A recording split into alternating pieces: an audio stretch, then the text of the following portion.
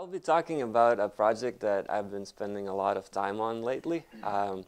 It's the Amyloid Project, which I'm working on with a nonprofit art organization called Urban Stew that I'm a part of. And I posted a little bit about that on our Yammer. And this will be more details about the project. And I also want to use this as an opportunity to invite you guys out. This is going to be shown at the Mesa Festival of Creativity called Spark. And we actually have a performance going on Friday evening and Saturday evening. And it would be awesome if you guys could come and check it out. So what is this project? Well, it involves a large steel structure. It involves dancers. It also involves some interactive elements. So this is a steel bar with some sensors and some things that happen when you play with it. It also involves an interactive video projection and some interactive music. And so all of this comes together. And the people that I'm collaborating with, you met a couple of them. So Rob Essler and his wife, Lisa Tolentino, came for our AxoTed. You might remember them over there doing a duet musical performance of a Laurie Anderson song. I don't know if you guys remember it. It went something like that.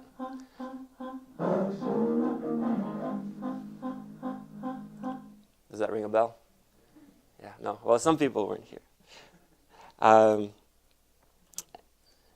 And so we're all collaborating on this, and we also have some other people that have jumped in, and I'll touch on them as we go along. So the basis for this, the physical basis, is this steel structure, and so it's kind of interesting how we got that one produced. So it turns out there's a local company, a startup called Arcology Now, and they developed.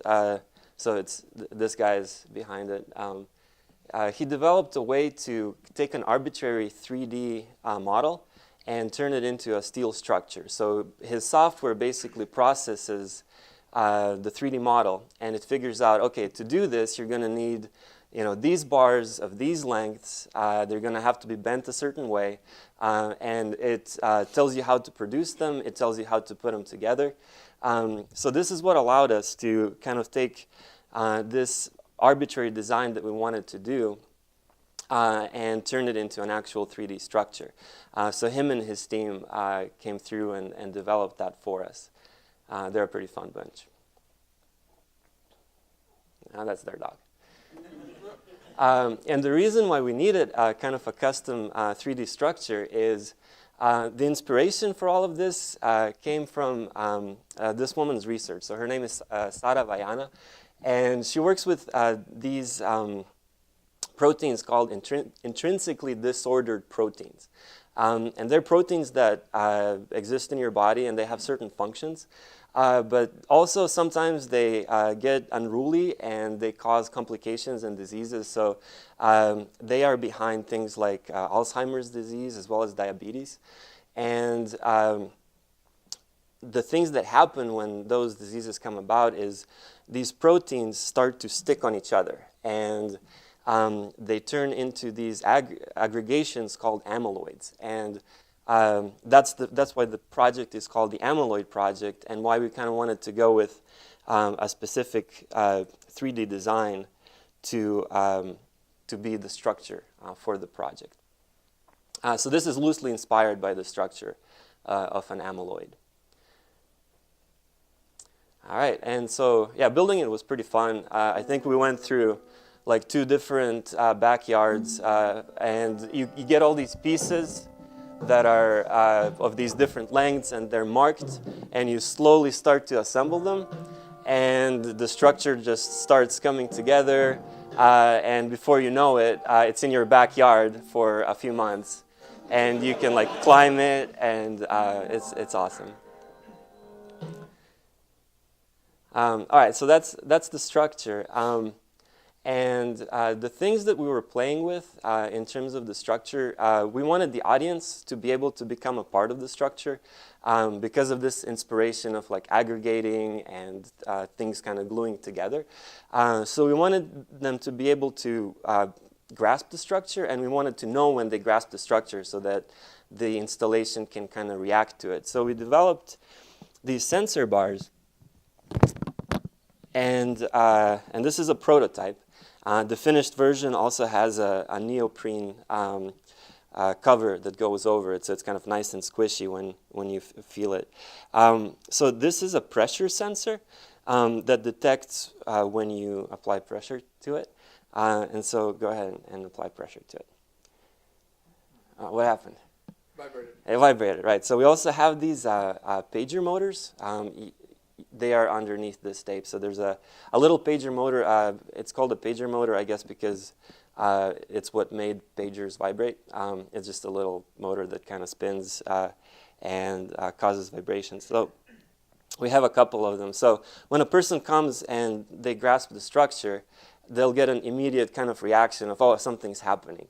And in addition to that, like there will be changes in music and things like that. But that's just one of the elements that helps them understand that there's something interactive about this big steel structure with these neoprene marked bars. And the thing that kind of runs all of these bars is here.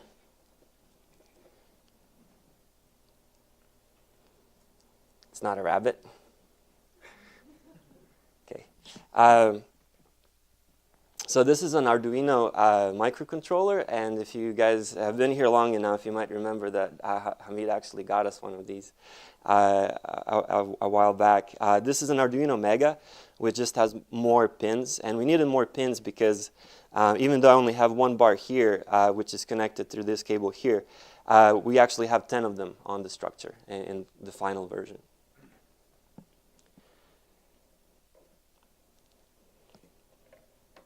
And because it's a prototype, we're kind of experimenting with the circuit on this breadboard where you can kind of easily connect things and rearrange how your circuit works.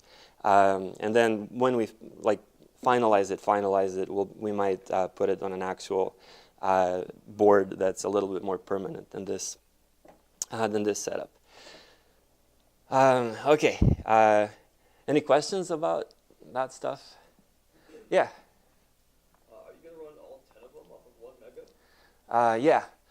Yeah.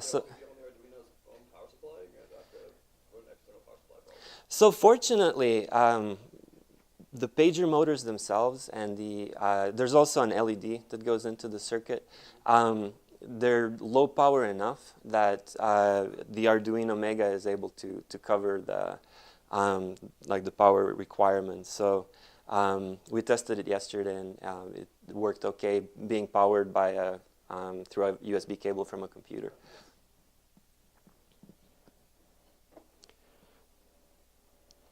Okay. I should also mention some more collaborators. So Emmett Ramstad is an artist that joined us. He's a visual artist, and he's doing fabric design for the structure and also making costumes for the dancers.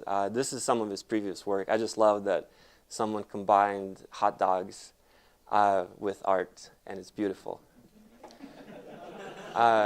As well as our intern, Catherine. I could only find her LinkedIn page, but she did a lot of helping and soldering and providing sunscreen when everyone else forgot it when we were there at the site all day yesterday.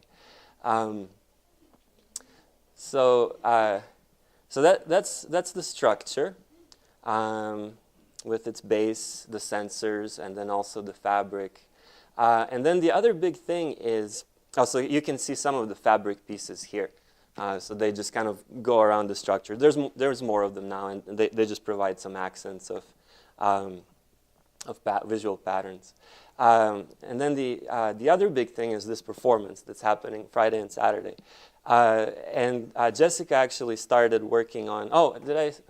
I forgot my wife. So yeah, a big part of the team. my wife Jessica. So she did all the choreography with the dancers, and she actually started on that much earlier than I think we did the other components. So it's in really good shape. And these are some of the snapshots that she took during rehearsals. And she has a number of dancers that have like group parts and individual parts, and it's all kind of focusing on structure and changes in structure and interaction and aggregation and taking people together and apart. And so that's some of the duets that are happening. Then this is some of the larger works that involve people moving together. And so again, you can kind of see all of these concepts that inspired the piece just happening in the movement of the dancers. And then in addition to that, there is going to be some projection elements that happen during the performance. This will be overlaid over the dancers.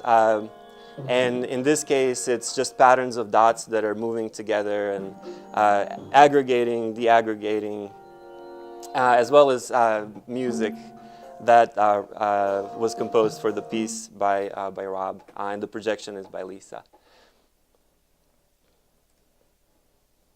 And here you can see, so these are the final stages of getting ready for the festival this week. So this happened Saturday, I think, and we were troubleshooting some of the interactive elements. So here you can see all of the electronics that are for these bars laid out on a table. And so there's 10 pressure sensors and a bunch of motors that are connected together in the circuit.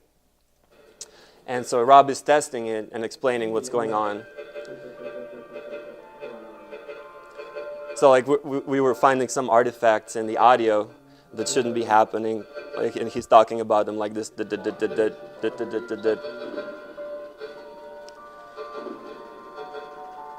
That's a motor vibrating.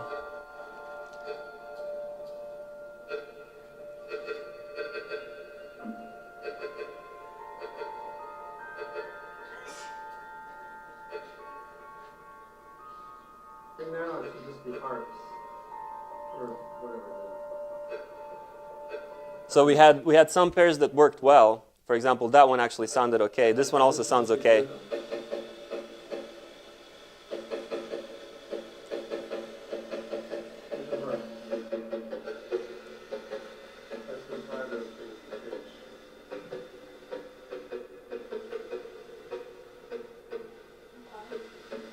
This should be harps too. And then we had some that were completely broken. So he's saying this should be harps, but it's sounding like not harps. And so we figured out that there was a number of problems. This particular one, because yours truly didn't map all the numbers correctly. So we had like 6 sensors that correctly identified themselves, and then the remaining 4 all claimed that they were also number 6. And so I think that was a part of it. So yes, please come to the festival if you can. In general, it's a great event. We participated in this last year as well. A lot of people come out. There's a lot of really cool projects.